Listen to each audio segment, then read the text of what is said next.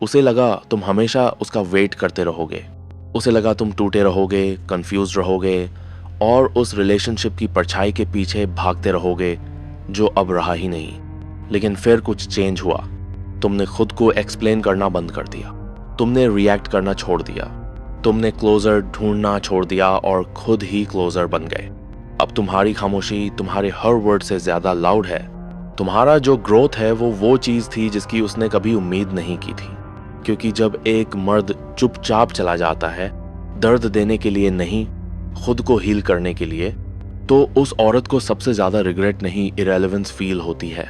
हर मर्द की लाइफ में एक टाइम आता है जब वो अपना बेस्ट दे चुका होता है, लॉयल रहा होता है, प्रेजेंट रहा होता है, पर सामने वाली धीरे धीरे दूर जाती जाती है।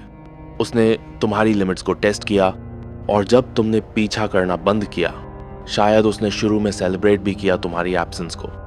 उसे लगा तुम वापस आओगे, क्योंकि सब आते हैं, राइट?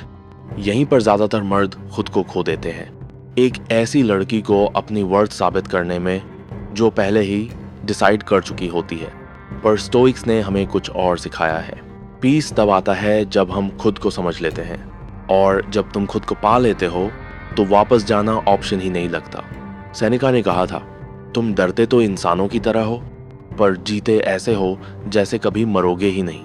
तुम उसे खोने से डर रहे थे, जबकि डरना चाहिए था खुद को खोने से। जब कोई औरत तुम्हारी वैल्यू नहीं करती तो उसे सबसे ज्यादा क्या चुभता है? ना तुम्हारा गुस्सा, ना तुम्हारी मिन्नतें, ना बदला।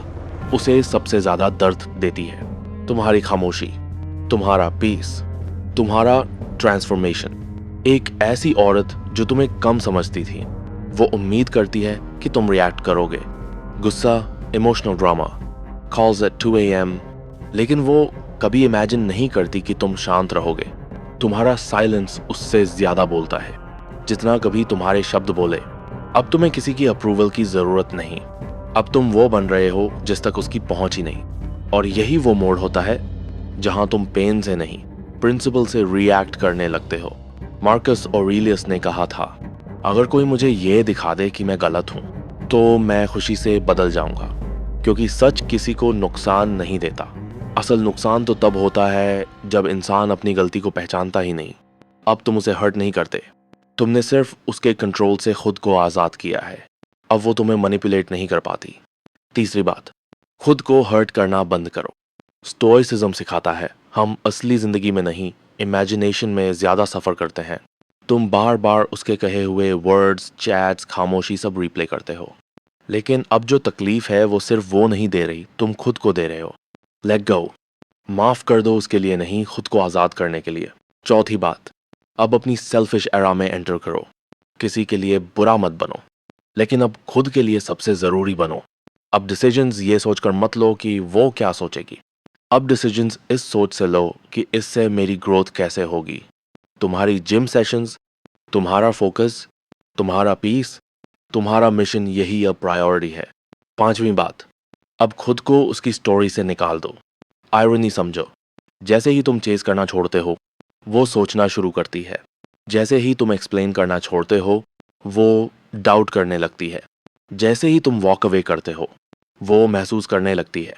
लेकिन अब तुम उसकी कहानी का कैरेक्टर नहीं हो, अब तुम अपनी स्टोरी के ऑथर हो। वो जो तुम्हें विलन समझ रही है, असल में वो उसका ईगो है जो तुम्हारी एब्सेंस को झेल नहीं पा रहा। तुम पनिशमेंट देने के लिए नहीं गए थे, तुम चले गए क्योंकि तुम अब उस जगह से ग्रो कर चुके हो जहां उसने तुम्हें रोक रखा था। तो जब कोई औरत तुम्हारी वैल्यू नहीं करती, उसे सबसे ज्यादा तकलीफ क्या देती है? ना तुम्हारी बातें, ना तुम्हारे गेम्स, बल्कि वो इंसान जो तुम बन गए हो जब तुम्हें उसकी जरूरत ही नहीं रही। तुम्हारा ट्रांसफॉर्मेशन उसकी सजा बन जाता है। तुम्हारा पीस उसका केओस बन जाता है। तुम्हारी खामोशी उसकी ओवर थिंकिंग की वजह बन जाती है, और तुम्हारा डिटैचमेंट उसका आईना बन जाता है। स्टोइसिज्म सिर्फ शांत रहने का नाम नहीं है, ये उस पावर का नाम है जो खामोशी में पैदा होती है। अब तुम चेस नहीं करते, अब तुम जस्टिफाई नहीं करते,